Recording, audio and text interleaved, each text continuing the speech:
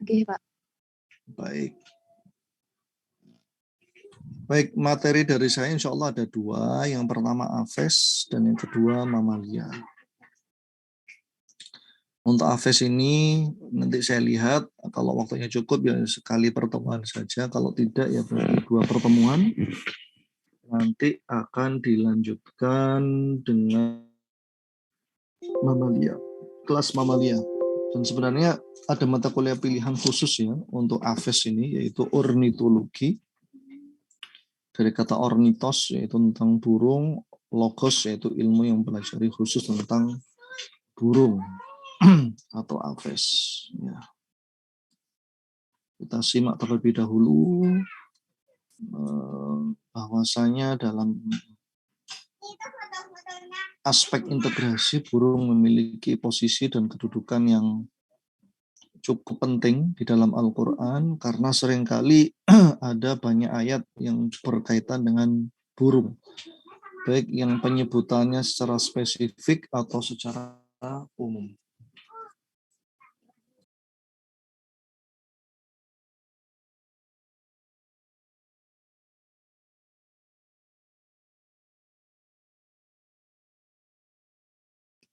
Ya, misalnya yang bisa kita lihat di dalam surah Al-Mulk, ya, surah Al-Mulk ayat yang ke-11.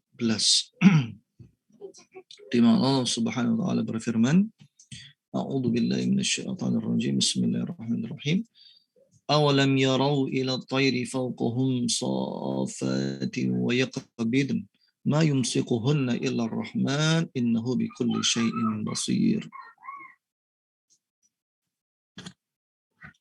Dan apakah mereka tidak memperhatikan burung-burung yang mengembangkan, yang mengepakkan, dan yang mengatupkan sayapnya di atas langit? Ma yamsukuhunna illa rahman. Sesungguhnya tidak ada yang menahannya di udara selain Allah yang Maha Pemurah. Innahu bikulli syai'in basir. Sesungguhnya Allah, dia Maha melihat segala sesuatu. Ini nanti bisa kita tinjau dari dua metode tafsir. Yang pertama tafsir bil ma'thur dan yang kedua adalah tafsir bil ilmi. Tafsir secara riwayat dan tafsir secara saintifik. Secara riwayat kita akan mendapati bahwasanya burung-burung yang terbang itu semuanya karena anugerah dari Allah Subhanahu wa taala. Kalaupun ada mekanisme ilmiah saintifik yang menjadikan dia memiliki sayap, memiliki kemampuan untuk terbang dan seterusnya, tentu saja itu tidak terlepas dari Allah sebagai al-musawwir, ya, the greatest designer, desainer terhebat. Sehingga kita ada namanya biomimikri, ya. Bagaimana manusia mengembangkan pesawat, mengembangkan drone, helikopter, dan alat-alat yang bisa terbang itu dengan meniru sistem aerodinamika yang ada pada burung. Itu disebut dengan biomimikri. Itu suatu ilmu pengembangan teknologi yang menjadikan hewan atau tumbuhan sebagai sumber inspirasi dalam pengembangan teknologi. Ini luar biasa kalau diulas ayatnya. Nanti akan kita ulas mengapa kok burung itu memiliki kemampuan untuk terbang selain dari struktur tubuhnya streamline, ya, kemudian memiliki sayap, kemudian bagaimana struktur tulangnya, ya, yang memiliki rongga-rongga udara sehingga memiliki kuat tetapi di saat yang sama sangat ringan, ya, tidak sama dengan tulang atau skeleton pada hewan. Dan tentu tidak hanya dalam surah Al-Mulk saja, ya. Kalau kita ingin menelaah lebih jauh, ada kurang lebih 14 surat di dalam Al-Quran, mulai dari Al-Baqarah, Al-Imran, kemudian Al-Ma'idah, Al-An'am, Surat Yusuf, An-Nahl, Anbiya, An-Nur, An-Naml, Al-Waqi', Al-Mulk, Al-Fil, Al-Araf, Thaha, yang menyebutkan tentang burung, baik dalam kutipan yang sifatnya general, spesifik, ya,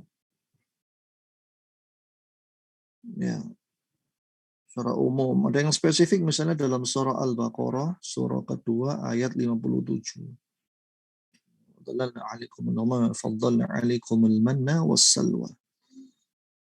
Nah, di situ ada secara spesifik kata-kata burung salwa, yang itu oleh para ilmuwan, makna salwa adalah burung puyuh atau quail. Bahasa ilmiahnya adalah Coturnix japonica. Nanti bisa dilihat lebih jauh. Kemudian ada penyebutan umum dalam surah Ali Imran ayat 9 dan seterusnya. Ada penyebutan spesifik, yaitu burung huruf atau crow, atau apa bahasa lokalnya itu burung gagak, ya, burung gagak dalam surah Al-Maidah. Kemudian dalam surah An-Naml itu ada spesifik juga dalam surah Hud, dalam surah An-Naml burung hudhud atau opopo epops, ya. Itu termasuk salah satu burung, jenis burung pelatuk, ya, yang bisa kita dapati di dalam surah An-Naml ayat 20 dan 22 serta 24. Kisah tentang bagaimana Nabi Sulaiman dan seterusnya. Banyak seandainya kita mau menelaah. Dan tentu pencantuman burung di dalam Al-Quran, baik secara umum atau secara khusus, secara spesifik, tentu tidak begitu saja, ya. Tentu Allah punya maksud, punya tujuan. Ada hikmah yang bisa kita pelajari, yang bisa kita ambil dalam penyebutan-penyebutan yang ada di dalam Al-Quran itu. Kemudian selain di dalam Al-Quran, nanti juga akan banyak kita dapati, tapi belum saya masukkan di sini, ya, tentang penyebutan burung dalam perspektif al-hadis.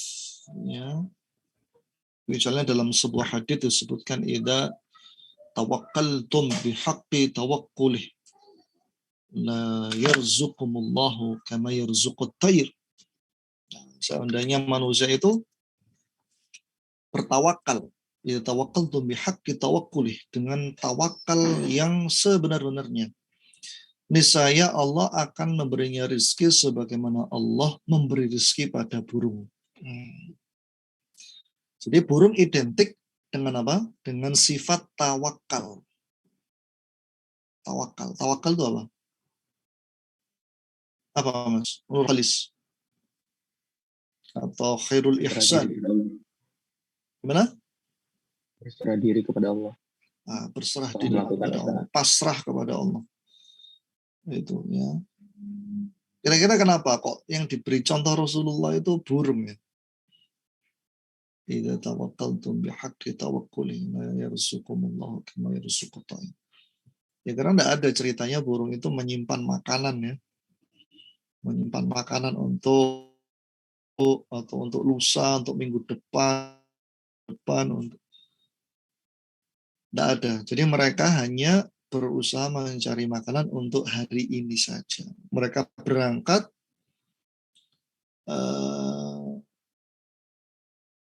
dari sarangnya pagi hari, kemudian dalam kondisi perut lapar, kemudian kembali kepada sarangnya dalam keadaan kenyang. Jadi yang dipikir adalah apa yang bisa dilakukan hari ini, tidak terlalu resah atau galau dengan apa yang terjadi besok. Itu tawakal, itu ilmunya burung itu. Dalam hadis yang lain juga disebutkan, la yadkhulul jannah man kana afidatuhu ka afidatit tayr. Sungguh pasti akan masuk ke dalam surga orang yang hatinya seperti hatinya burung. Mungkin ini tadi, ya, ada korelasi dengan hadis yang lain tentang bagaimana tawakalnya burung itu. Sungguh akan masuk ke dalam surga orang yang hatinya seperti hatinya burung. Ini juga menjadi PR buat kita. Kira-kira apa sebenarnya penjelasan secara ilmiah mengapa kok orang yang penghuni surga itu diidentikan dengan orang-orang yang hatinya seperti hatinya burung. Baik, saya lanjutkan. Most taxonomies classify the nearly 9,000 species or class of each into 27 orders. Sebagian besar ahli taksonomi mengklasifikasikan kurang lebih ada 9.000 spesies dari kelas Aves ini dan ada sekitar 27 urdu. Di kelas Aves ada 27 urdu. Mungkin ada sedikit berbeda dengan amfibi dan reptil yang kelasnya nggak terlalu banyak, urdunya nggak terlalu banyak ya. Nanti kalau di burung itu banyak sekali, ada Struthiouniformes, ada Oraciformes, ada Passeriformes, dan seterusnya banyak sekali, ada 27, bahkan ada menyebutkan sampai 30 urdu. To classify birds into order and family taxonomies most often use morphological evidence from beaks, feet, plumage, bone structure, and musculature. Untuk mengklasifikasikan burung menjadi urdu dan famili, para ahli secara umum menggunakan bentuk morfologisnya, morphological evidence, ciri-ciri morfologis, mulai dari paruh, kemudian bentuk kakinya, bulu, struktur tulang, dan kemudian juga perototannya. Ya, jadi mengklasifikasikan berdasarkan morfologi atau morfometrinya.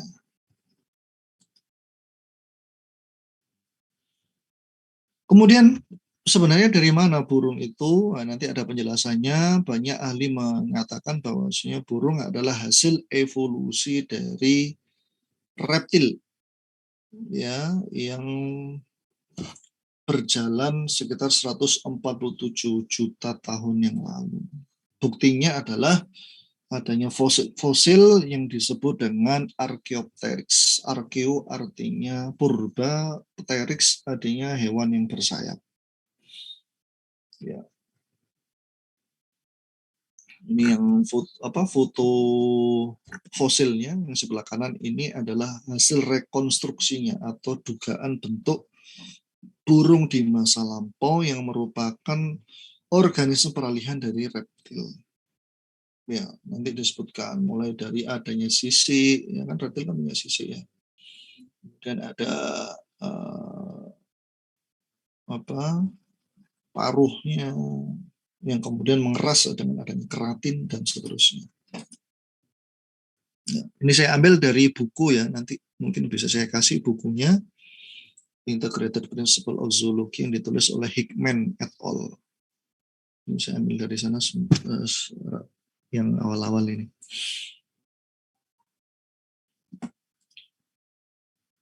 Kemudian ini ada 11 karakteristik atau ciri umum dari burung.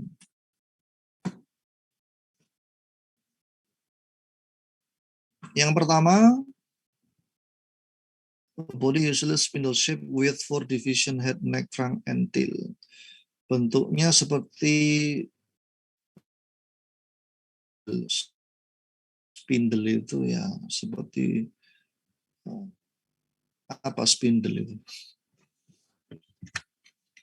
Seperti itulah, seperti gumpalan gitu ya. Spindle. Sebentar ini saya kok ada WA. Saya khawatirnya pas nguji, saya itu sekarang musim ujian skripsi itu loh. Oke ya, bentar.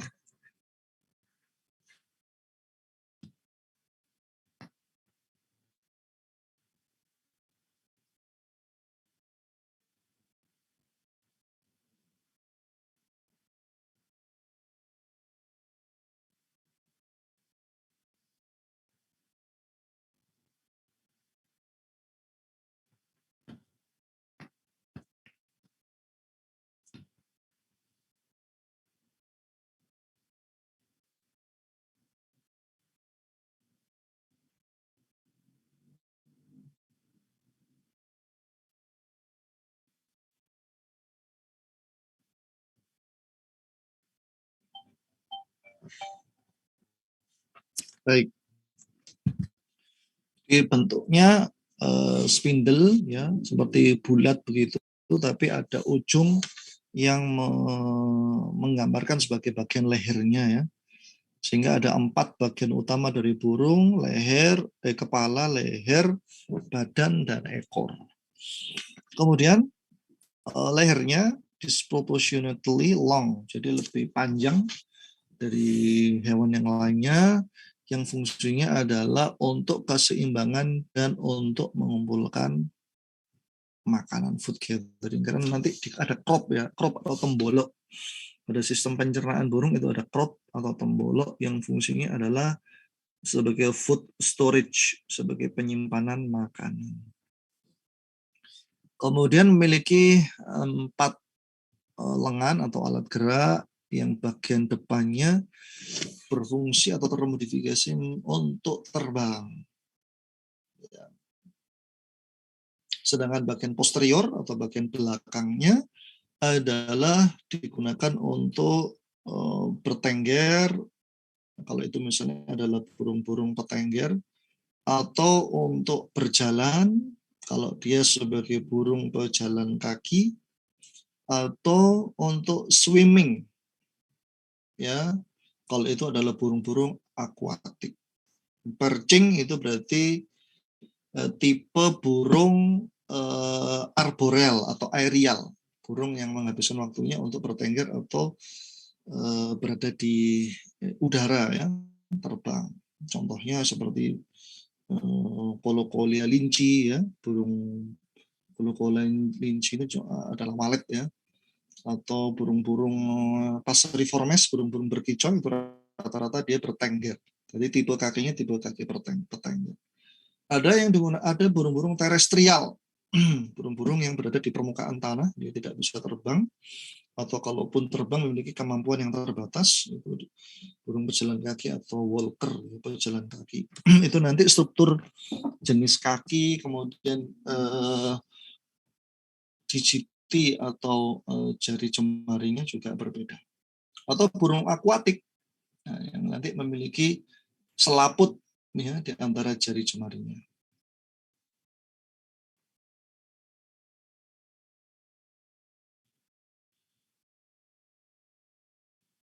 Kemudian memiliki 4 umumnya ya, memiliki 4 jari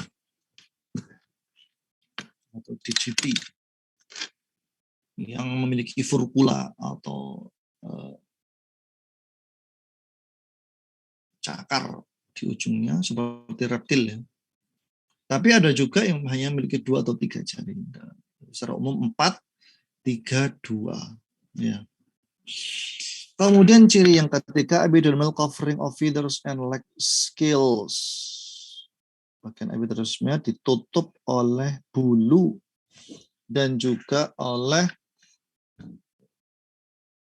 leg. Leg itu kaki, scales itu sisik. Jadi sisiknya hanya ada di kaki. Selain di kaki tidak bersisik tapi berbulu. Nah, ini yang menjadi argumentasi mengapa dikatakan bahwasanya burung itu merupakan hasil evolusi dari reptil yang sama-sama bersisik.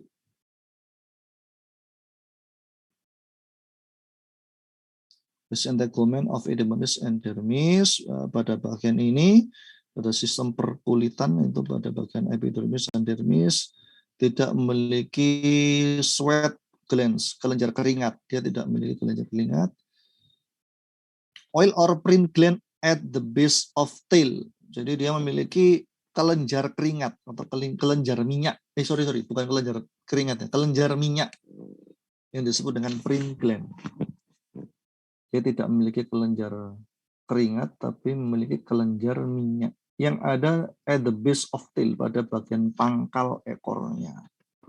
Apa fungsinya? Nanti ada pembahasan. Di antaranya adalah untuk membasahi bulu, ya, agar bulu selalu bersih, kemudian juga tidak menyerap air, ya, karena minyak sama air kan tidak bisa bertemu, sehingga burung memiliki, apalagi burung-burung akuatik, itu kelenjar minyaknya menjadi sangat sentral dan sangat penting agar bulunya senantiasa kering walaupun dia tinggal di air. Ya, tidak. Kemudian juga ada fungsi-fungsi antibakterial agen, ya, jadi supaya bulunya tidak terinfeksi dengan keberadaan bakteri yang ada di sekitar habitatnya. Pinna of ear rudimentary, jadi masih dalam sistem epidermalnya, memiliki telinga tetapi tidak memiliki daun telinga, tapi memiliki daun. Memiliki apa? Lubang telinga sebagai alat untuk pendengaran, tetapi dia tidak memiliki daun telinga. Kemudian apa lagi? Nomor 4, fully ossified skull with air cavities. Sistem tulangnya keras ya, semuanya keras, tapi memiliki air cavities, memiliki rongga-rongga udara. Nanti ada gambarnya. Jadi seluruh tulangnya itu disusun oleh osteosit, tulang keras. Bukan tulang lunak, tapi tulang keras.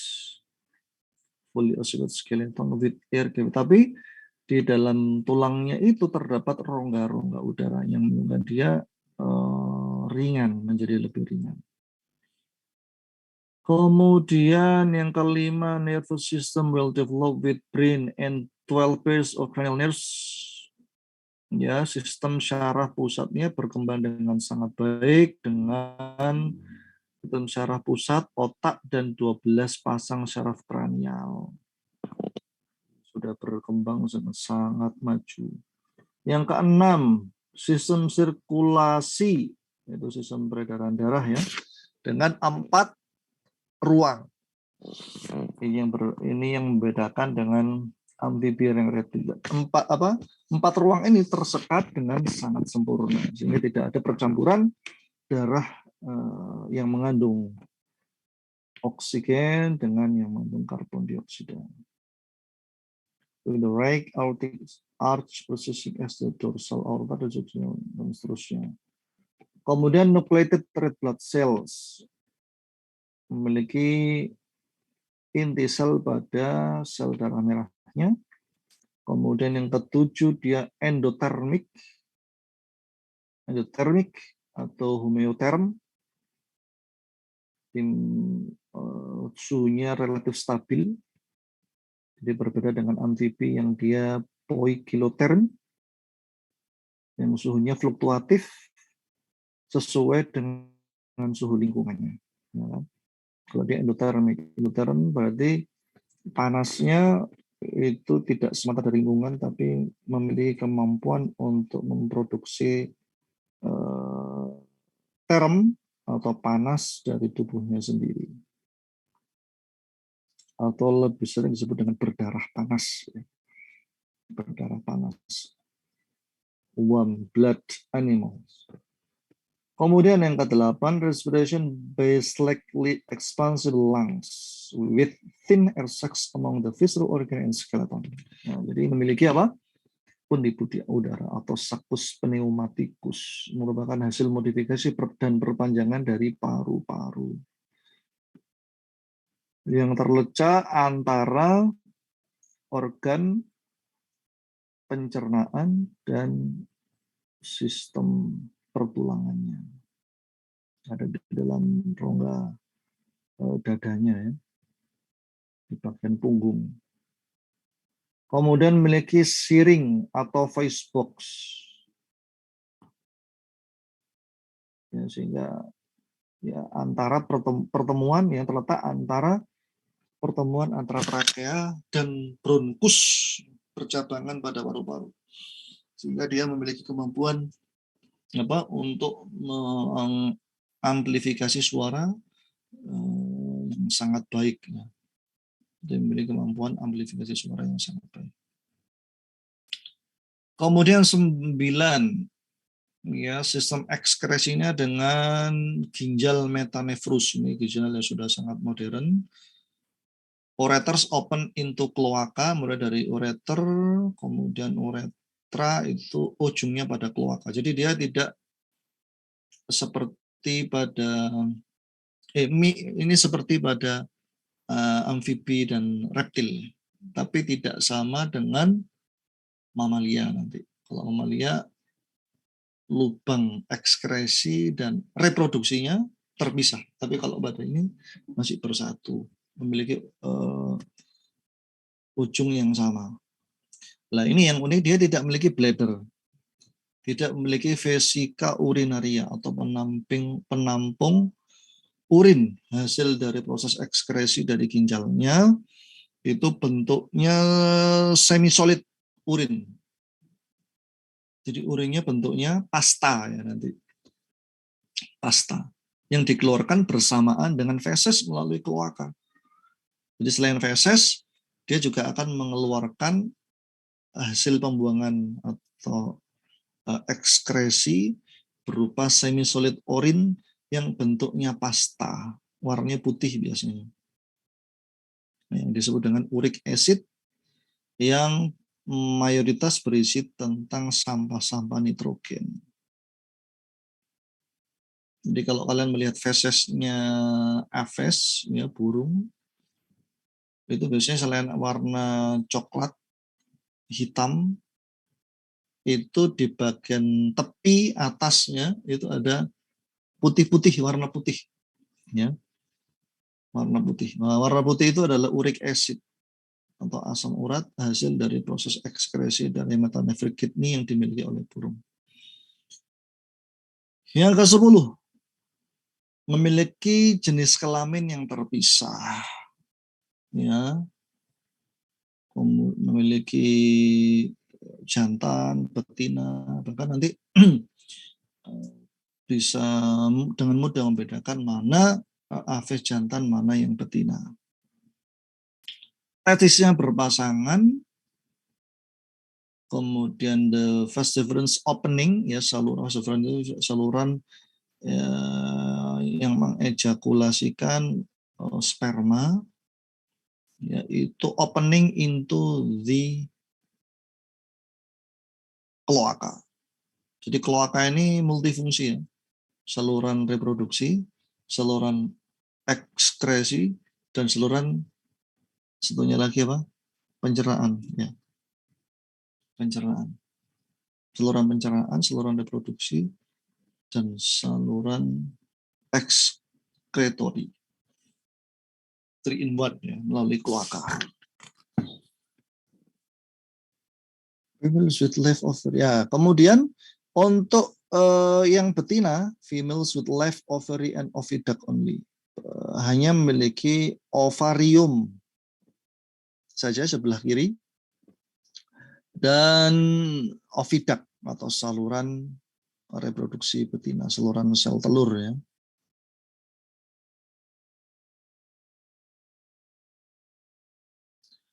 Jadi yang bagian kanannya rudimenter istilahnya, dia tidak berkembang.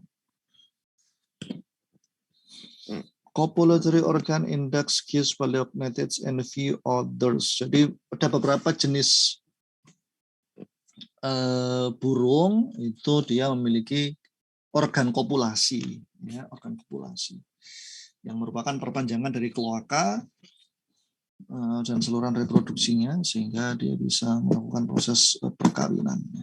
Contohnya pada burung-burung akuatik seperti ducks, ya, itik, ya, geese, angsa, paleognathids. Paleognathids ini contohnya adalah contoh burung onta, ya. Kemudian emu, ya, kasuari, paleognathids dan yang lainnya. Fertilisasi secara internal, ya, tumbuhannya secara internal. Kemudian telurnya memiliki amnion dan dibungkus dengan calcareous cells atau cangkang. Ya. Telurnya dibungkus oleh cangkang. Inkubasinya eksternal. Jadi setelah terjadi proses fertilisasi, maka telur akan berjalan dari oviduct ke isthmus, kemudian ke uterus, kemudian ke vagina, dan proses itulah di bagian uterus terjadi proses kalsifikasi atau pengerasan cangkang telur, ya, kemudian dikeluarkan. Itu prosesnya sekitar lebih 24 sampai 25 jam, ya.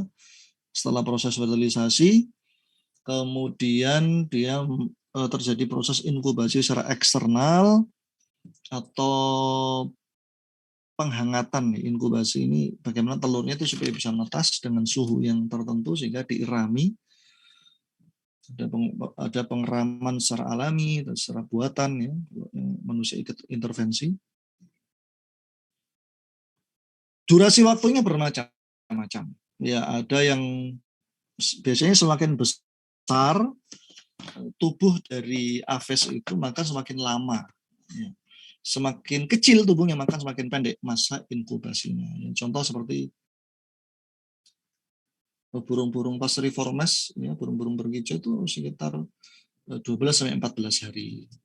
Kemudian pada burung-burung terestrial, ayam itu biasanya 21 hari, ya kan. Kemudian ada itik, angsa itu sekitar 28 hari. Ada yang sampai burung onta itu kalau nggak salah sekitar 40 sekian hari, ya. Nanti silakan dicek. Akhirnya semakin besar tubuhnya maka butuh waktu semakin lama untuk melakukan external incubation. Kemudian young active at hatching, precocial or helpless or naked altricial. Nah, ini. Setelah masa inkubasi, maka ketika dia menetas ada dua tipe aves, ada yang precocial, ada yang altricial. Precocial itu adalah anakan yang masih memiliki tubuh yang sangat rawan, ya. Artinya dia masih butuh waktu yang kemudian untuk dia bisa mandiri. Precocial. Ini contoh burung-burung passeriformes, burung-burung berkicau itu, ya. Ketika dia menetas, dia belum bisa berdiri, belum bisa mematuk, belum bisa makan. Jadi dia menunggu induknya. Jadi biasanya nggak punya bulu, warnanya merah, ya, biasanya. Contohnya pada burung pipit misalnya, burung gereja, ya. Ya, burung-burung berkicau rata-rata adalah precocial. Adapun sorry, young active at hatching, kebalik. Young active and hatching itu precocial, ya. Yang tadi saya sebutkan itu berarti altricial.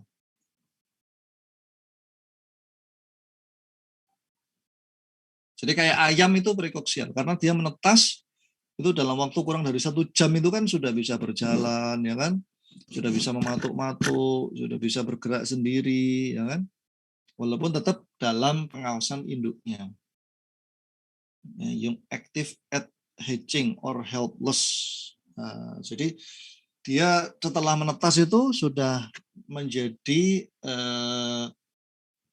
burung atau unggas yang aktif. Dia bisa berdiri, bisa berjalan, bisa mematuk, bisa memakan, minum, dan seterusnya tanpa bantuan induknya. Ya, tentu saja tanpa bantuan di sini tidak 100%. Ada yang nick itu berarti yang telanjang. Kalau yang precocial itu biasanya menetas, ya sudah bulunya sudah tumbuh, ya. Dalam proses inkubasi eksternalnya dia sudah berjalan dengan baik. Jadi bulunya sudah merata ke seluruh tubuh. Adapun yang altricial inilah yang belum, yang masih telanjang, masih merah. Biasanya kelopak matanya belum membuka, kemudian dia tidak aktif, ya, jadi dia seperti bayi manusia lah, seperti itu. Masih belum bisa kemana-mana, belum bisa mematuk, belum bisa berjalan, atau bahkan berdiri pun nggak bisa. Butuh waktu yang cukup lama. Sex determination by female. Heterogenetic. Ya, penentu seks itu pada female. Nanti kromosomnya nanti ZX, kalau tidak salah itu. Z apa itu. Nanti saya baca lagi, ya. Berbeda kalau pada manusia kan penentunya pada jantan, kromosom Y gitu kan. Seperti itu. Nah, itu 11 karakteristik khusus dari umum ya, umum, karena nanti ada kekhususan pada jenis-jenis tertentu, pada urut tertentu tentu memiliki ciri-ciri yang agak berbeda dengan ciri umumnya. Ini ciri umumnya pada kelas AVES.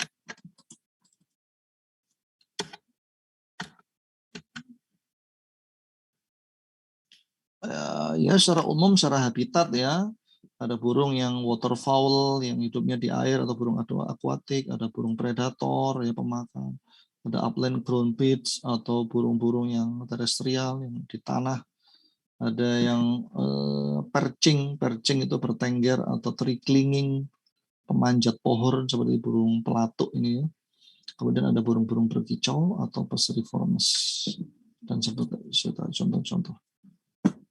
Ini ya klasifikasinya. Banyak sekali kalau burung dibandingkan dengan amfi dan reptil. Saya sendiri juga nggak hafal ya, tenang aja. Yang penting nanti ada 10 ordo yang utama ya.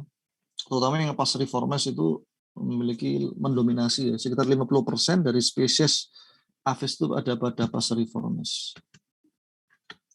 Banyak sekali. Bagiannya. Ini kladogramnya bagaimana dari amfibi, kemudian reptil, kemudian menjadi burung. Nah ini tadi, bahkan kalau di sumber yang lain ini 30 ordo, ya kurang lebih seperti itu, 27 sampai berapa? 30 ordonya.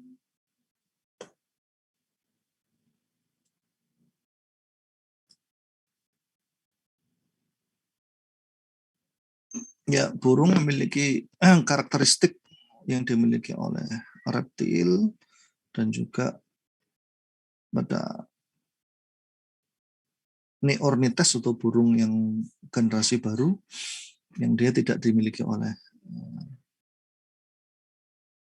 memiliki perbedaan ya dengan reptil, perbedaan bulu dan seterusnya.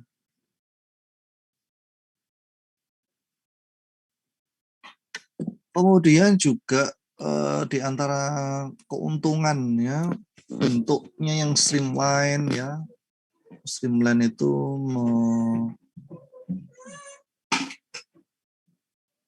memanjang ya, memanjang. Jadi tidak menggumpal tapi memanjang. Reduce resistance when moving through air.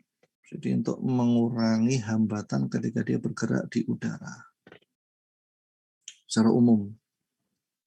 Bentuknya yang terbang seperti ini. Kalau burung onta ya tentu saja menyesuaikan dengan habitatnya yang ada di tanah. Kemudian juga ini penguin ini.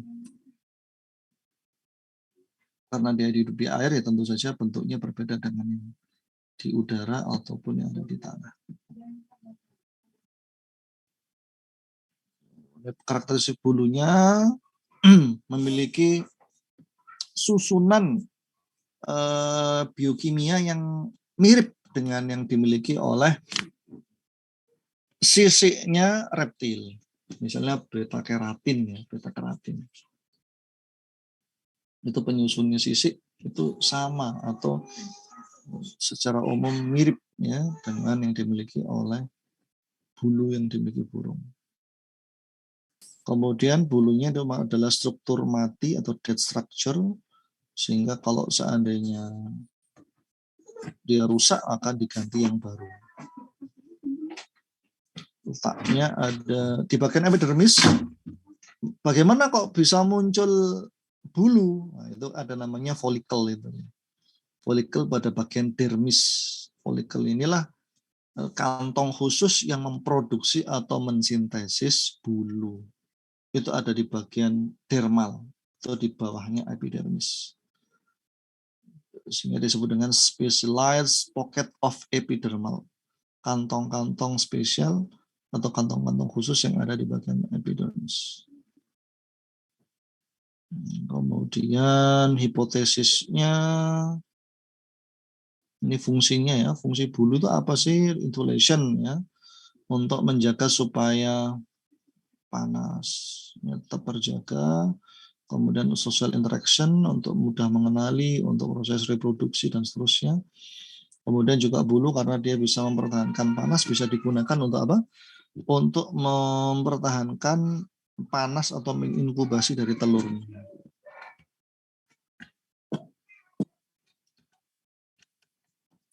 Bisa.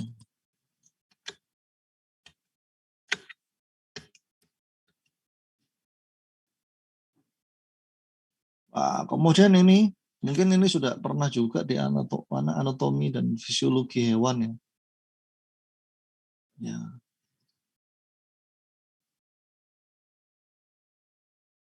nggak apa-apa dijelaskan. Ya, di bulu itu ada 3 jenis, ada kontur, filoplumae, dan downs feeders. Kontur feeders itu yang ini, kontur feeders yang fungsinya adalah digunakan untuk terbang yang paling panjang. Ada filoplumae, ada downs feeder, ada bentuknya seperti kapas. Jadi masing-masing punya fungsi. Kalau kontur feeder ini fungsinya adalah untuk terbang, menunjang proses terbang. Ya, karena ini menjadi pengisi utama dari struktur bulu yang ada di sayap. Ini kontur feeder. Kemudian kalau filoplumae ini unik ya, tangkainya panjang, terus ujungnya serabut-serabut. Karena fungsinya apa? Provide sensory information. Untuk apa? Menangkap sinyal yang diolah sebagai data sensoris. Misalnya data perubahan suhu, data adanya pergerakan mangsa yang ada di sekitarnya, kemudian adanya kelembapan, air, dan seterusnya. Sehingga tubuh akan mengolah untuk memberikan respon terhadap informasi sensor yang ada dari luar tubuhnya. Itu filoplumae. Ya, karena ini dipenuhi dengan syaraf. Ini langsung dihubungkan dengan sistem syaraf yang ada di bagian dermis atau di bagian kulit dari burung itu sendiri. Kemudian ada the downs feeders, ini biasanya berada di bagian perut ya, atau dada. Fungsinya adalah untuk menghangatkan.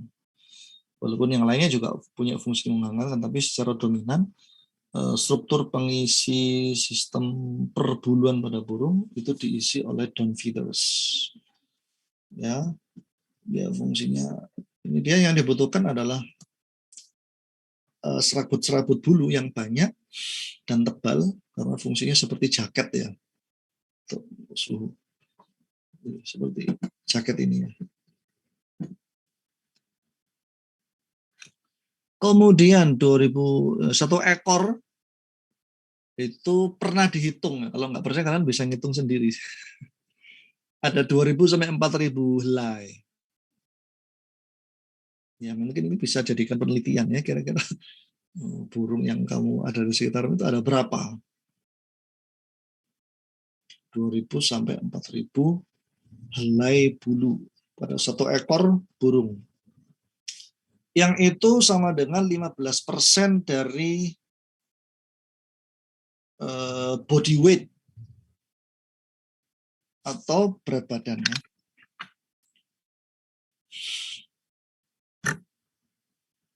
Feeder tracks memiliki pola ya, penyebaran bulunya dan feeder attachment group in dense concentration. Ya. Sistem perlekatan bulu ini ya dalam konsentrasi yang sangat padat. Ya. Jadi tidak jarang-jarang, tapi padat sekali.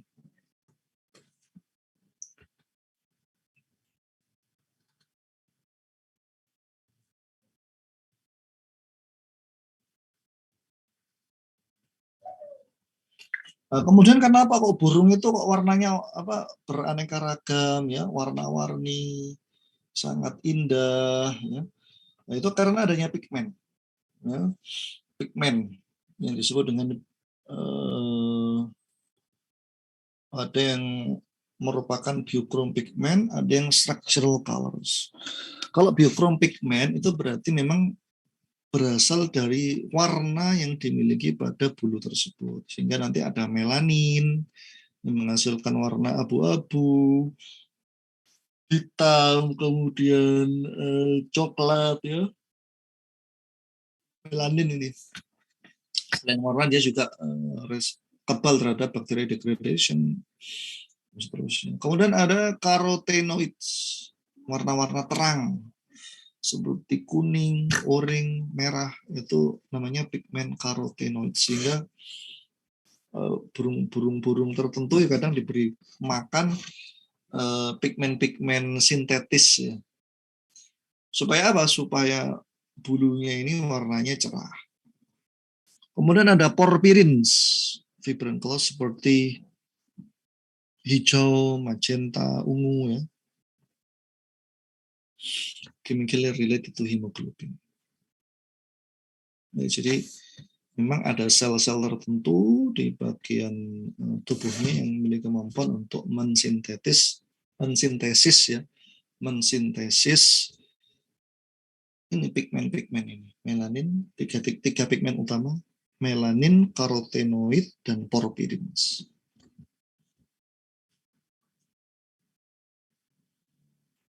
Ada yang merupakan structural colors, ya, warna yang timbul karena pengaruh lingkungan, ya, karena UV, karena intensitas cahaya yang tinggi, ya, sehingga memberikan respon perubahan warna pada burung tersebut.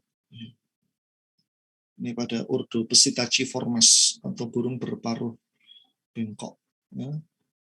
Warnanya macam-macam.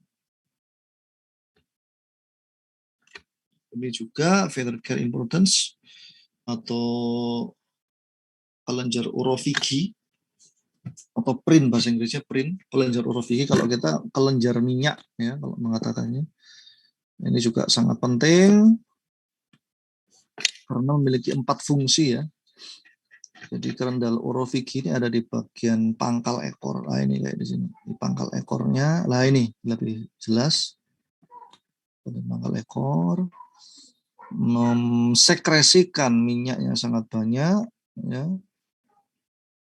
Wax, lapisan lilin, kemudian asam lemak, ya, fat dan water, yang fungsinya preserve feather moistness, ya, menjaga kelembapan dari bulu, ya, supaya tidak kering kerontang, supaya tidak mudah patah, sehingga kelembapannya terjaga, sehingga tetap fleksibel, ya, kuat tapi fleksibel, tidak kaku. Kalau kaku dia tidak leluasa untuk bergerak. Yang kedua adalah cleanse, untuk membersihkan bulu-bulunya. Jadi burung itu walaupun tidak pernah mandi tapi bersih kan ya. Ya, diantaranya karena ini adanya kelenjar orovigi. Waterproof feathers ya, untuk memberikan ketahanan terhadap air. Regulates bacterial atau fungal growth. Jadi ini mungkin bisa diteliti kira-kira kelenjar orovigi ini menghasilkan larutan antibakteria sebenarnya. Sehingga apa dikatakan ini bisa mencegah tumbuhnya bakteri atau jamur. Karena kalau lembab tapi tidak memiliki antibakterial agen dan cenderungnya berjamur. Tapi ini tidak, ya, karena kemampuan spesifik dari minyak itu kemungkinan memiliki antibiotik yang khusus yang bisa melindungi tubuh dari burung tersebut dari pertumbuhan jamur atau mikroba yang lain. Kemudian yang keempat, repel would be predators, ya, jangan menolak. Jadi beberapa jenis atau spesies tertentu memiliki kemampuan dari kelenjar oroviginya ini menghasilkan bau yang menyengat, ya, bau yang menyengat atau foul smelling, sehingga predator nggak jadi mengejar, nggak jadi tertarik, ya. Karena mungkin baunya tidak enak atau seperti apa, sehingga dia bisa menjadikan itu sebagai salah satu sarana alat untuk perlindungan diri, memproteksi dirinya sendiri. Jadi burung akan terus menumbuhkan bulunya di sepanjang hidupnya dan proses replacement itu disebut dengan molting. Molting dalam bahasa kita itu ngurak. Karena kalau tidak diganti ya karena itu tadi dead structure kan. Bulunya adalah struktur yang mati yang kalau mau mengganti harus diganti dengan yang baru.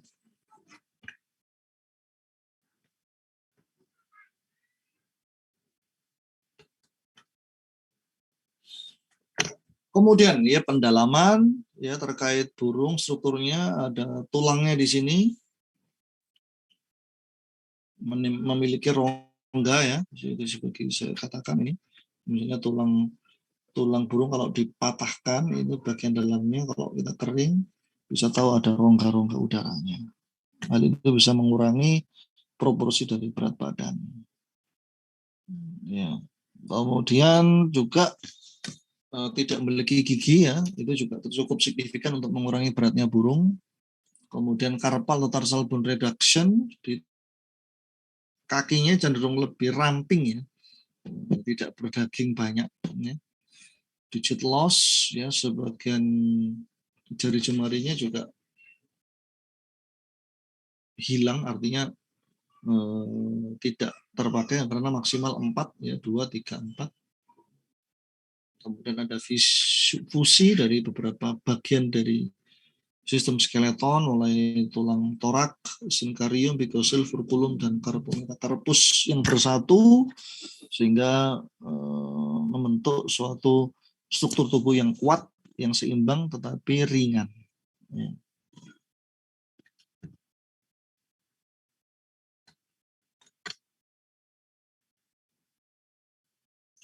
Muscle reduction, flight muscles. Pada rahangnya juga tidak berotot ya. Jadi kalau kita lihat pipinya itu ramping, kemudian pada bagian kaki juga sedikit sekali muscles-nya atau perdagingannya. Nah, yang banyak itu daging ada di bagian sayap. Ya. Nah, jadi pada kaki atau sayap ini yang ototnya membesar. Kenapa?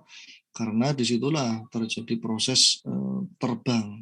Dibutuhkan otot yang lebih tebal. Nah, di sini kita lihat ya, ada penebalan otot di bagian dada dan di bagian sayap. Ini beberapa teori tentang bagaimana burung bisa terbang. Ini sistem kardiovaskuler, sistem respirasi, sistem insulasi, nanti bisa kalian pelajari sendiri. Saya sekarang berbicara keanekaragaman. Ini penting masalahnya. Kalau yang ini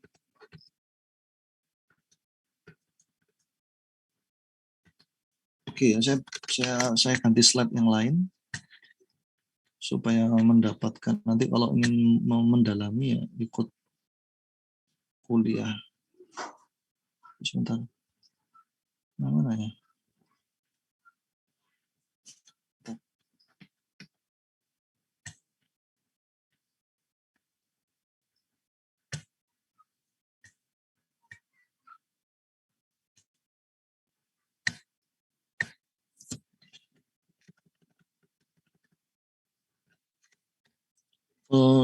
Nah, kalau ada pertanyaan mungkin sambil saya siapkan klasifikasinya. Monggo nggak apa-apa ambil di sambil bertanya.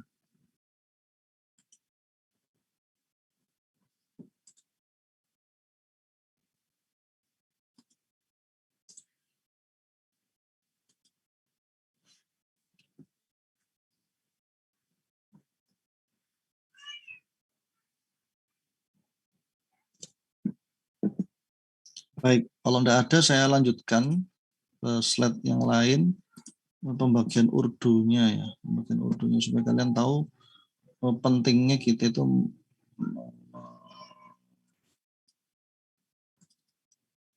membahas tentang begitu beraneka ragam. Saya sendiri juga punya paper ya, burung ini, pengamatan burung yang ada di beberapa lokasi di Kota Malang. Kemudian kita amati, kita identifikasi, kita lihat yang kira-kira dia menjadi burung-burung yang dilindungi ya. Sebentar, ini. Nah, tadi kan disebutkan ada berapa? Sekitar 27 sampai 30 urdu. Nah, ini kita coba di waktu yang singkat ini saya perkenalkan aja. Saya perkenalkan, nanti untuk pendalamannya bisa mengikuti perkuliahan ornitologi. Yang pertama adalah Urdu strutioniformes. Contohnya adalah pada burung onta, burung kiwi. Kemudian yang kedua Urdu pelicaniformes, ini burung pelikan.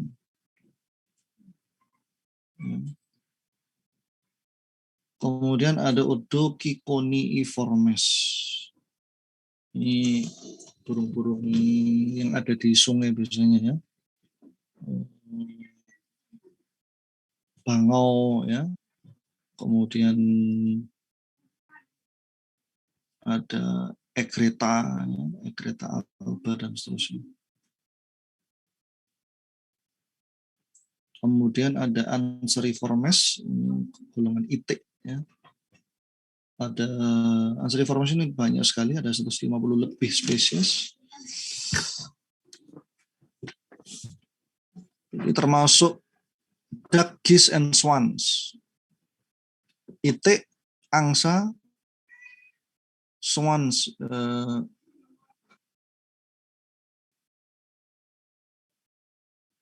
itik, geese ini entok ya. Itik, entok, dan angsa. Entok. Kemudian burung-burung predator seperti Falconiformes. Ya, ada 290-an spesies yang ada di dunia.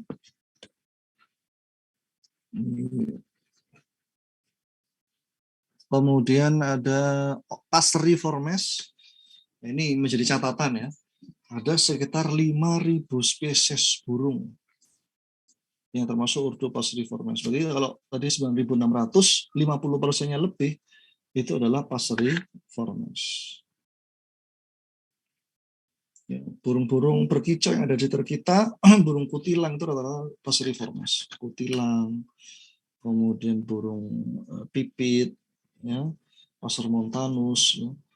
Kemudian ada burung gelate, itu termasuk Passeriformes. Kemudian ada Columbiformes, ini burung merpati ya, nanti ada burung merpati, ada burung perkutut, ya, ada burung puter, ya. Strigiformes, ini kelompok burung hantu, ada kurang lebih 200 spesies untuk Urdu ini, Strigiformes. Kemudian ada Apodiiformes, A itu tidak, pot itu kaki. Apodiiformes burung yang tidak berkaki. Bukan berarti kakinya nggak ada tapi sangat kecil sehingga dianggap dikatakan sebagai apod, tidak berkaki. Ini contohnya burung-burung hummingbirds atau burung kolibri ya. Ini burung yang sangat kecil.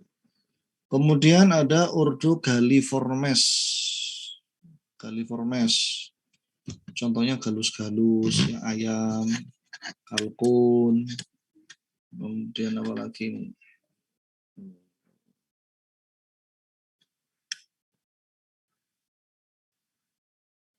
Pheasant atau quail. Quail itu termasuk Galliformes. Ya. Quail itu puyuh termasuk Galliformes.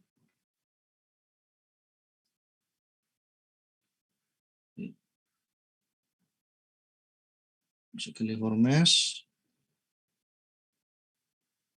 Charadriformes ini juga. Ini burung-burung laut. Nah, kemudian ada Psittaciformes. Ini burung kakak tua, burung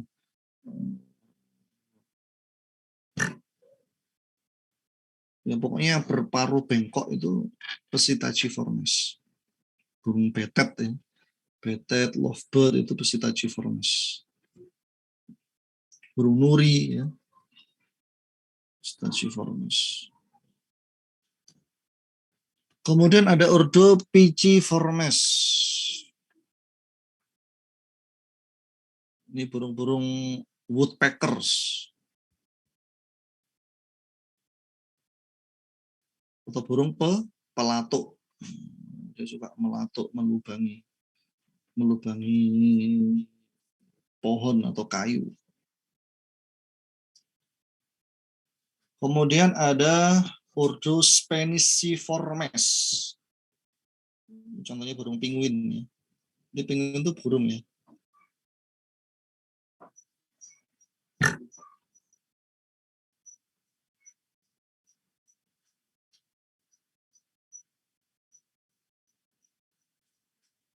Ada Pelicaniformes ini mestinya, Pelicaniformes.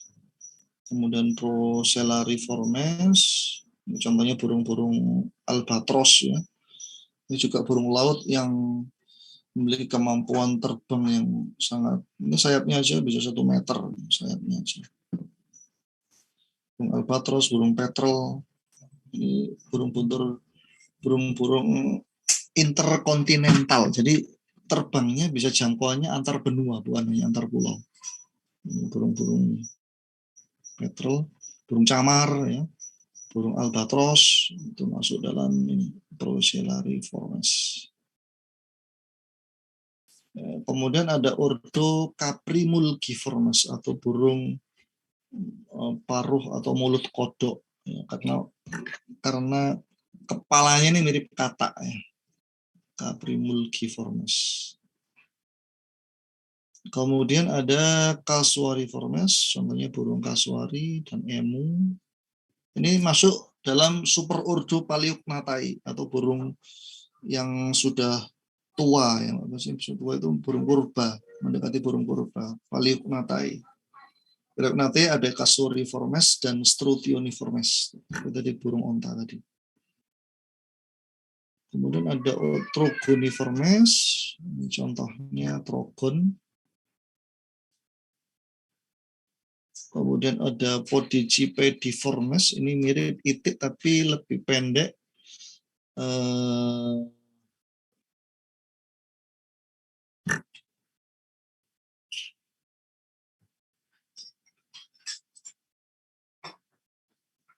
Ya, mirip ini, Podicipediformes ini mirip dengan itik, hanya saja ada perbedaan secara morfologisnya. Ya. Bisa kalian lihat di sini ekornya lebih tidak terlihat, kemudian tubuhnya lebih mengembang bundar ya. Leher, kepalanya juga berbeda.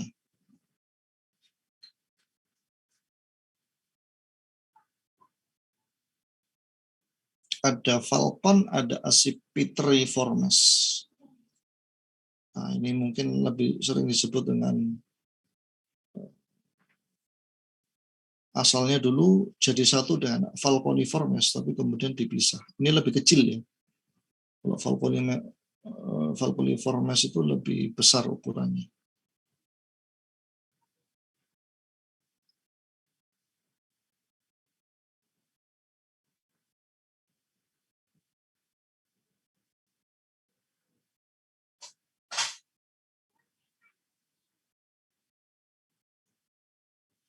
Ya, itu beberapa, nggak tahu ini tadi ada berapa ordo. Kurang lebih ada sekitar 28 yang disebutkan di sini. Sebagai untuk pengetahuan saja bahwasanya ordonya sangat banyak. Baik, sampai sini ada pertanyaan sebelum saya lanjutkan pada reproduksi burung ya. Ya Bapak, izin bertanya. Ya, silakan. Oh ya, tadi kan sempat dijelaskan ya Bapak penyampaian tadi tentang jenis ordo Aphes yang Bapak jelaskan tadi. Nah, saya tanyakan adalah ordo apakah yang paling mendominasi di endemik khas Indonesia, khususnya di Pulau Jawa, Bapak. Terima kasih. Endemik ya. Burung endemik itu ya kalau kita berbicara burung yang mendominasi secara endemis ya. Kalau kita berbicara yang mendominasi berarti yang spesiesnya paling banyak gitu kan. Ya kalau yang paling banyak di Indonesia ini masih dipegang Passeriformes, burung-burung petengger, burung-burung berkicau. Ya. Jadi rata-rata itu, rata-rata burung Passeriformes sama coba ada bukunya itu, ada bukunya yang diterbitkan LIPI ya tentang burung-burung endemis Indonesia khusus. Kalau dari jumlahnya sejauh pengetahuan saya yang di Urdu Passeriformes. Passeriformes itu karena proporsinya paling jenis burung yang paling banyak. Baik dari jumlah spesies di seluruh dunia ataupun yang secara endemis ada di Indonesia. Untuk detailnya ya kita tidak hafal ya soal spesiesnya. Kurang lebih Indonesia itu punya, bentar, ada di paper saya itu sebenarnya. Di paper saya ada, jadi di Indonesia ini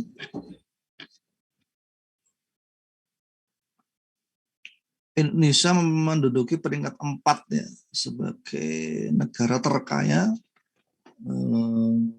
dalam hal kekayaan spesies burung setelah Kolombia, Brasil, dan Peru.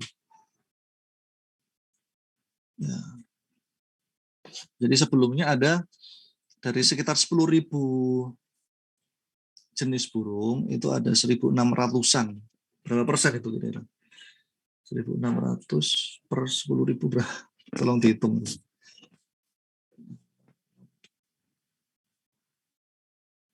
15% ya. Sekitar 17% ya. Iya. Ya kurang lebih segitulah, tapi nggak sampai 20%. Coba 1.600 bagi 10.000. 1000. Ya sekitar 16 ya, 16% burung yang ada di dunia itu ada di Indonesia. Nah, dari 1.600 burung itu 372 itu endemik. Ya. 372 itu burung endemis. Artinya apa?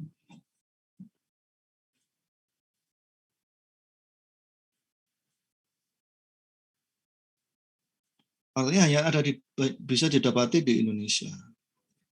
Jadi berapa? 372 spesies. Ini tentu ini data tahun 2007 ya. Kalau sekarang ya mungkin sudah berubah ini, mungkin 400 lebih.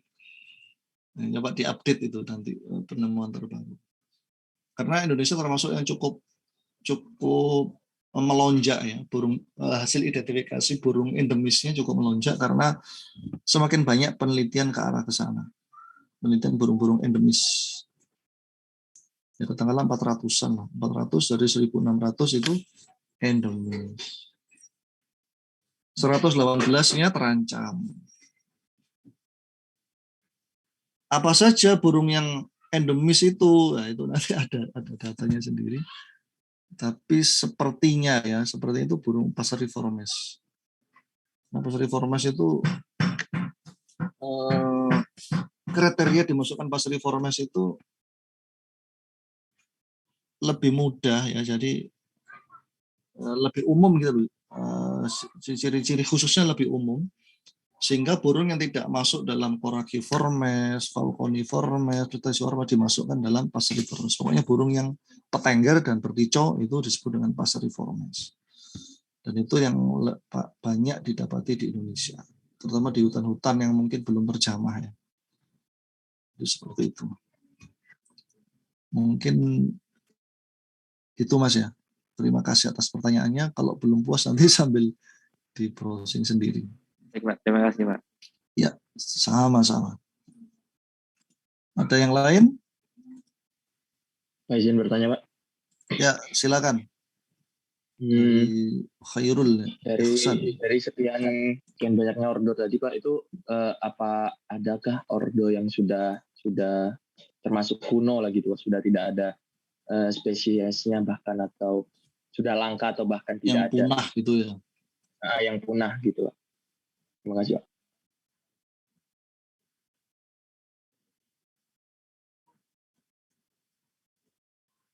suaranya nggak terdengar, Mas ya.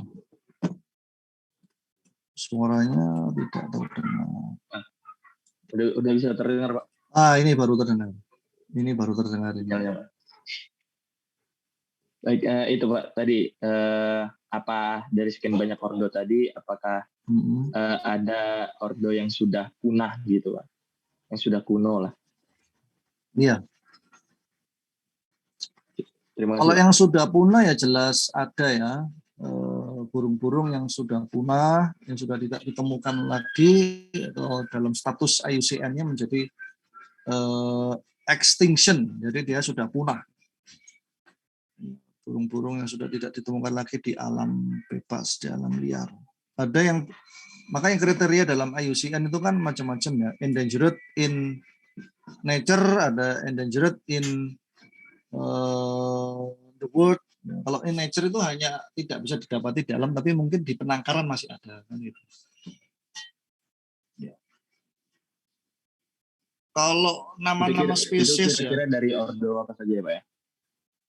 Nah itu butuh butuh kajian yang spesifik ya, kira-kira yang punah itu yang mana. Yang jelas kalau kita berbicara kedekatan ya dengan masa Archaeopteryx. Archaeopteryx itu kan burung purba ya. Itu ya Paleognathai. Jadi burung-burung Paleognathai itu rata-rata banyak yang punah mestinya secara teoritis.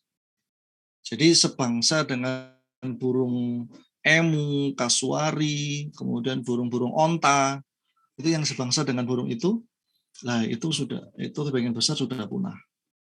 Makanya disebut dengan Paleognathai. Ya, Paleognathai. Ya, jadi di kelas Aves itu sebenarnya di bawahnya sebelum ordo itu ada namanya subkelas. Subkelasnya itu ada Paleornites dan Neornites. Ya, kalau kita berbicara ornitologi nanti. Paleornites itu burung-burung purba yang sudah punah.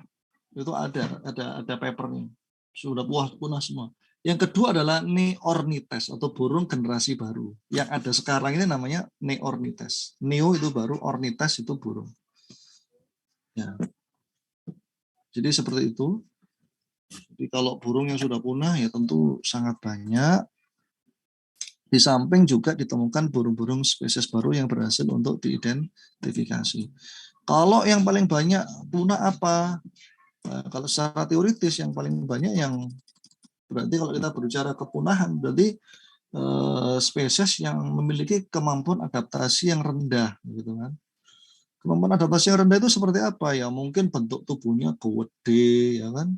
Kemudian tidak memiliki kemampuan untuk memproteksi dirinya, dan itu rata-rata pada jenis Paleognathai. Kalau pada burung-burung passeriformes itu kan rata-rata dia memiliki adaptasi yang bagus ya. Dia bentuknya kecil, terbangnya ke sana kemari, kemudian dia bisa hidup di mana saja.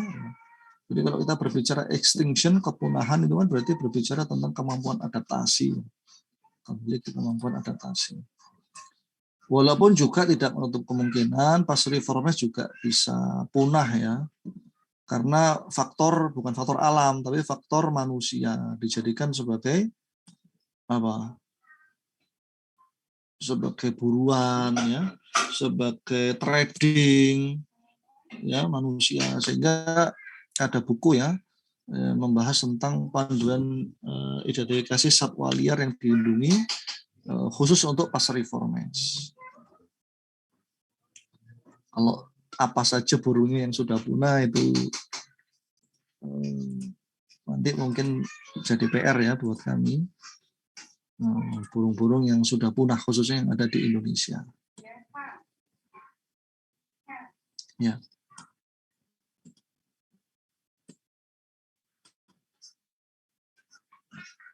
Mungkin itu Mas ya. Baik Pak, terima kasih Pak. Iya. Yang jelas kayak golongannya Archaeopteryx ya, kemudian burung-burung purba itu semuanya sudah punah, yang tinggal fosil-fosil ini. Termasuk yang mendekati punah ya, kalau kita berbicara punah, mendekati punah ya. Misalnya burung-burung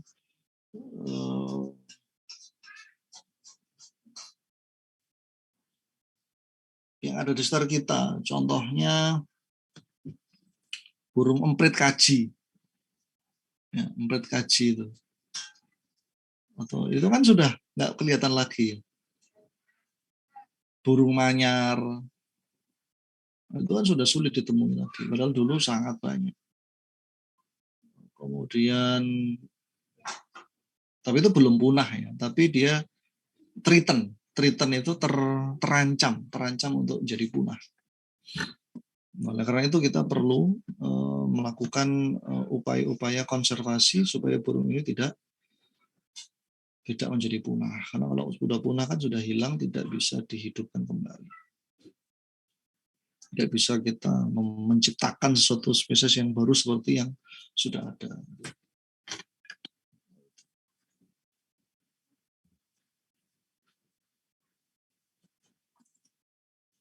Monggo kalau ada yang lain.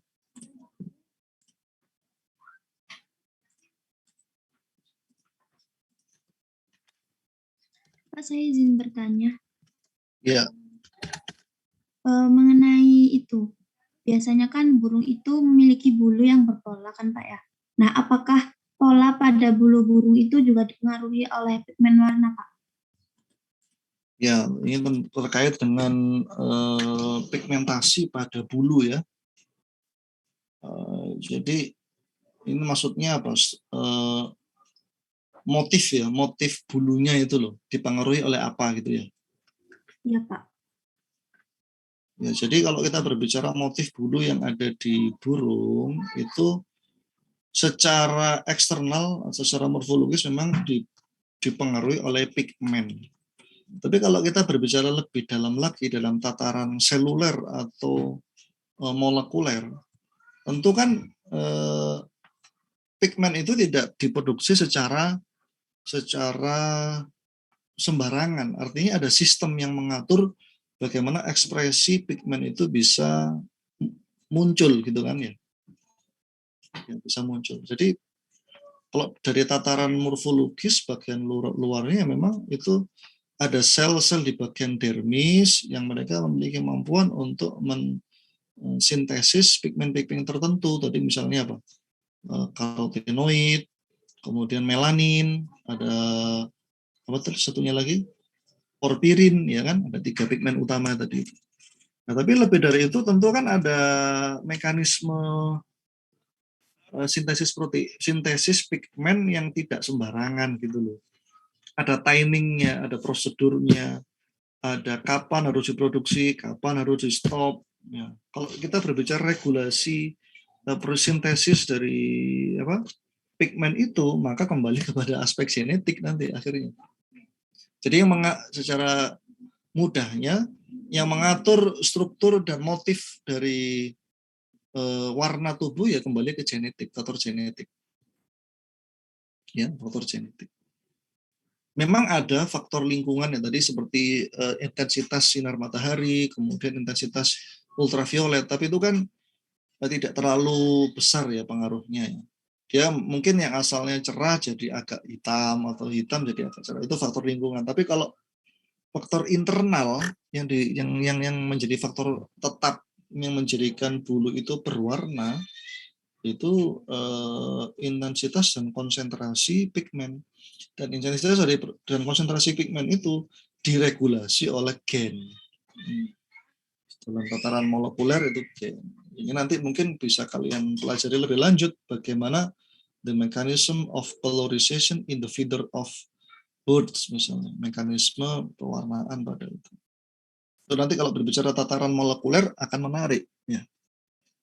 Sehingga kan apalagi burung-burung yang memiliki nilai ekonomis ya kan, seperti burung kenari, lovebird itu kan mereka bermain persilangan gitu kan. Oh ini nanti anaknya kolornya gini-gini. Dia nggak mencatat di record. Oh kalau nanti kuning sama hijau ketemunya begini. Mereka sudah punya pola. Berarti itu kan sebenarnya bisa kita pahami.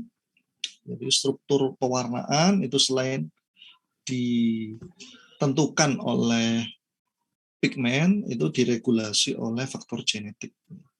Regulasi gen yang mengatur pewarnaan pada bulu. Itu Mbak ya. Siapa yang tadi yang tanya tadi? Saya kok Saya Pak. Baik, Pak. Nilta Ukida. Oh iya. Baik Pak, terima Oke, kasih. kurang lebih mungkin seperti itu Mbak. Ya Pak, terima kasih. Ya, sama-sama. Ada lagi?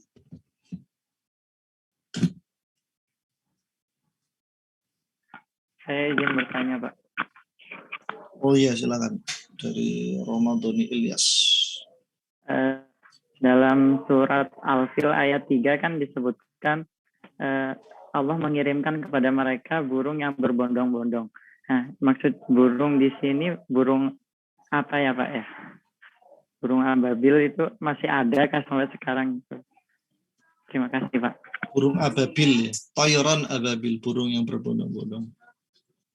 Nah, ini pertanyaan yang menarik ini sebenarnya. Tentang analisis ayat dalam tafsir ilmi, tafsir saintifik dari surat Al-Fil ayat berapa tadi? Alam taro kaifa rabbuka bi ashabil fil alam yaj'al qaidahum fi tadil wa arsala alaihim tayran ababil. Ayat yang ketiga. Itu sejak lama sudah ditanyakan Mas. Jadi ulama itu sudah itu jenisnya burung apa, kemudian bentuknya bagaimana, apakah kemudian burungnya saat ini masih ada. Gitu. Jadi burung ababil itu burung bukan spesifik burung ya, yang saya tahu, tapi itu suatu sifat dari burung yang datangnya berkelompok, secara berkoloni. Adapun jenis burungnya tidak ada penjelasan yang tegas dan gamblang, ya, yang tegas dan gamblang itu tidak ada. Kalaupun ada itu sifatnya dugaan-dugaan, dugaan dan dugaan. Apakah penting untuk mengetahui jenis burung itu? Ya sangat tergantung ya. Kalau kalian sebagai orang biologi ya mungkin ada kepentingan ke sana. Tapi kalau orang bukan biologi mungkin tidak perlu ya. Karena kan itu lebih diarahkan pada konteks bagaimana Allah itu bisa mengerahkan. Kalau kita manusia tidak memiliki kekuatan mengendalikan manusia, Allah bisa mengerahkan makhluk yang lain gitu. Allah nggak butuh dengan manusia. Kalau manusia pada waktu itu tidak bisa melindungi Ka'bah, Allah bisa mengirim pasukan yang bukan manusia untuk melindungi Ka'bah. Jadi itu ibrohnya di sana sebenarnya, bukan pada jenis burungnya. Nah, karena penyebutannya tidak spesifik, tidak tegas, tidak soreh, maka ketika membahas tentang apa spesies atau jenis burung itu, nah tentu akan ada banyak perdebatan di sana. Ada banyak perdebatan, ada yang mengatakan burung ini, burung itu, ada yang mengatakan burung gagak, ada yang mengatakan burung ini. Ya, masing-masing punya argumentasi dan dalil sendiri-sendiri. Ya, kalau saya sendiri ya nggak tahu, wallahu a'lam. Jenis burungnya apa, nggak tahu. Apakah sekarang masih hidup juga nggak tahu. Mungkin perlu dicari tahu kalau memang itu dibutuhkan ya, untuk menjawab rasa penasaran dari kita. Termasuk ikannya yang menelan Nabi Yunus itu jenis ikan apa ya spesiesnya? Itu nanti juga panjang. Kemudian sapi yang di zaman Nabi Musa, itu sapinya jenis apa kira-kira? Kan sapi itu kan banyak, apa sapi Brangus, apa sapi Limosin, apa Simental, apa Brahman, apa PO, sapi Madura, itu nanti berkembang juga. Nah, itu memang menarik dan kebutuhan terkait pengetahuan tentang hal itu sangat relatif. Kalau itu memang dibutuhkan bagi kalian sebagai saintis ya, maka ya tidak apa-apa dicoba dicari dengan berbagai macam referensi. Tapi kalau manusia secara umum itu sepertinya tidak membutuhkan itu karena ibroh atau pelajaran yang bisa diambil bukan pada jenis burungnya, tapi lebih pada pelajaran. Ada pelajaran akidah di situ, pelajaran keimanan, dan seterusnya. Jadi kesimpulannya saya nggak tahu. Coba nanti saya baca-baca lagi ya. Nggak tahu bukan berarti kemudian tidak ada yang berpendapat ya. Coba dibuka di kitab-kitab tafsir, saya yakin itu ada. Ada yang memberikan gambaran tentang apa itu Toiron ababil itu burung apa. Ya, tapi sekali lagi itu sifatnya hipotesis, ya. Sifatnya itu dugaan saja. Tidak bisa kita memastikan apakah pendapat itu benar. Karena di dalam Al-Quran sendiri juga tidak jelas. Rasulullah sendiri juga tidak menjelaskan secara detail apa jenis burungnya. Ya berbeda kalau Al-Quran itu menyebutkannya secara spesifik ya. Kayak tadi itu burung hudhud, kemudian burung salwa, burung crow atau burung gagak. Itu kan jelas ya. Namanya itu jelas, jenisnya jelas. Sehingga kita bisa mengatakan kalau itu jelas ya. Burungnya mungkin sudah tidak ada, tapi spesiesnya kan masih ada. Keturunannya masih ada. Duriyah burungnya itu masih ada ya. Tapi kalau tidak jelas ya kita yang aman itu ya tidak memastikan. Kalaupun ada informasi yang sifatnya hipotesis ya kita terima, tapi itu bukan sesuatu yang final.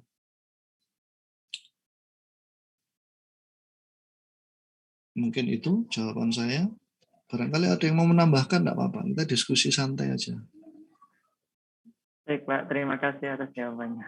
Oke, sama-sama. Ya, berarti nanti untuk reproduksi dan yang lainnya, kalian baca sendiri ya di PowerPoint-nya ya. Ini waktunya enggak cukup nanti. Kita sampai jam berapa ini?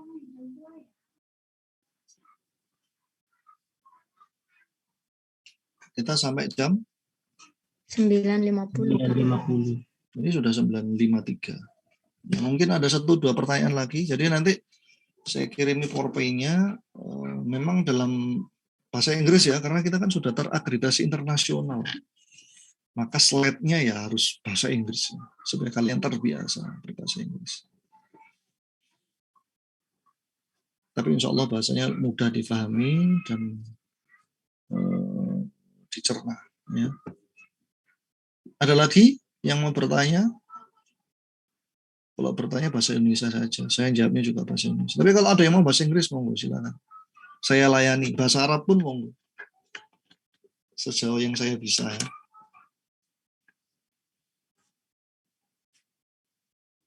Baik, kalau tidak ada, saya rasa cukup. Terima kasih teman-teman semuanya atas perhatiannya. Mohon maaf tadi sedikit terlambat ya, tapi mudah-mudahan ke depannya lebih on time. Tapi tadi saya lihat teman-teman sudah on time, saya